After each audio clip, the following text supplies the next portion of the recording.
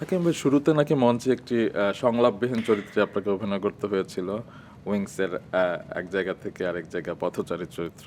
হ্যাঁ, ওটা ওরা ওরা কদমালি নাটকের। আমি যখন আম আরণ্যকের সাথে যুক্ত হই, তো আমাদের প্রথম শো হলো ব্রিটিশ কাউন্সিলের অডিটোরিয়ামে। আচ্ছা। ব্রিটিশ কাউন্সিল অডিটোরিয়ামে হওয়ার পর সেকেন্ড শো যখন হয়, তখন মামুন ভাই ওই হয় না আসলে যে যিনি নাটকের মানে দলের প্রধান বা ডিরেক্টর, তিনি আসলে কোন চরিত্রে কাকে কখন কোথায় ফিট করবেন এটা তার মাথার মধ্যে থাকে। জি।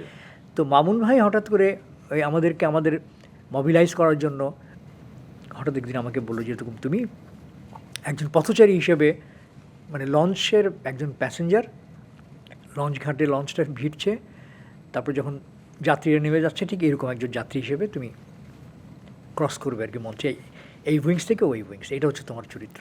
তো ওই চরিত্রটা আমাকে দেওয়া, প্রথম মঞ্চে অভিনয় করব এবং চরিত্রের কোনো সংলাপ নেই, ঢাকার একটা মঞ্চে বড় একটি নাট্যদলের সাথে, এটা আমার কাছে তখন মনে হচ্ছে অনেক বড় একটা বিষয়, স্বপ্নের মতো। বাহ। এখন তো আসলে সবাই শুরুতে এসেই প্রধান চরিত্র চায় কিংবা তারকা হতে চায়। সে সময় আপনারা শূন্য থেকে শুরু করেছিলেন এবং সেটি নিয়ে আসলে সন্তুষ্ট থাকে। সব কিছুরই কিন্তু একটা প্রসেস আছে, প্রক্রিয়া আছে, এটা আমি বিশ্বাস করি।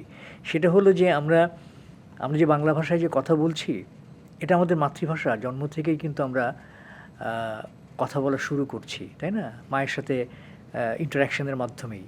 কিন্তু অ্যালফাবেটগুলো কিন্তু আমরা জানি না।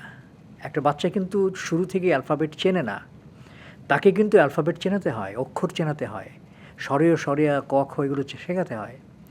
প্রত্যেকটা কাজেরই কিন্তু এরকম তোমার ABCD বা ক খ আছে। আমি হঠাৎ করে চাইলে আমি অভিনয় করে ফেললাম, হ্যাঁ, ইনস্টিংক্ট হয়তো অনেকের আছে যে আমি একটা পারফরমেন্স করে ফেলতে পারলাম, কিন্তু সেটাকে ধরো সেটাকে যদি আমি দীর্ঘায়িত করতে চাই বা সেটাকে যদি আমি নিয়মিত করতে চাই, তাহলে আমাকে অবশ্যই প্রক্রিয়ার মধ্যে নিজেকে ফেলতে হবে। এটা আমি বিশ্বাস করি, এবং এটা আমি এও বিশ্বাস করি যে হঠাৎ করে এসে কোনো কিছু করা সম্ভব না। তো সুতরাং আমরা যেমন থিয়েটারের মাধ্যমে থিয়েটার করতে গিয়ে আমরা অনেক কিছু শিখেছি, প্রক্রিয়াটা শিখেছি, কীভাবে একটা চরিত্র তৈরি করতে হয়, কীভাবে একজন ডিরেক্টরের সঙ্গে ইন্টারাকশন করতে হয়, একজন নাট্যকারের সঙ্গে কীভাবে ইন্টারাকশন করতে হয়, কীভাবে মানে স্কেলিটনকে কীভাবে ফ্লেশ দিতে হয়, এগুলো যেমন আমরা শিখেছি, ঠিক তেমনি এখন যারা অভিনয় করতে আসছে তাদের মধ্যে হয়তো বেসিক যে বিষয়টা সেটা হয়তো নাই, ঘাটতি আছে, কিন্তু এখনকার ছেলে মেয়েদের সামনে কিন্তু অনেক অপশন আছে। হ্যাঁ, এখন ধরো একটা ছেলে বা একটা মেয়ে যদি অভিনয় করতে চায়, তাহলে কিন্তু সে ইউটিউবে বা নেটের মাধ্যমে কিন্তু সে পৃথিবীর বিভিন্ন জায়গায় অনেক বড় বড় অভিনয় শিল্পীদের অভিনয় দেখে কিন্তু সে নিজে চর্চা করতে পারে। এই চর্চাটাও যদি কেউ করে, তাকে যে থিয়েটার করতে হবে নট নেসেসারিলি, কিন্তু আমি যদি একজন অভিনয় শিল্পী হতে চাই, আমি যদি অভিনয় করতে চাই এবং সেটা যদি বিশ্বাসযোগ্য করে তুলতে চাই দর্শকদের কাছে, তাহলে আমাকে অবশ্যই ওই প্র্যাকটিসের মধ্যে যেতে হবে।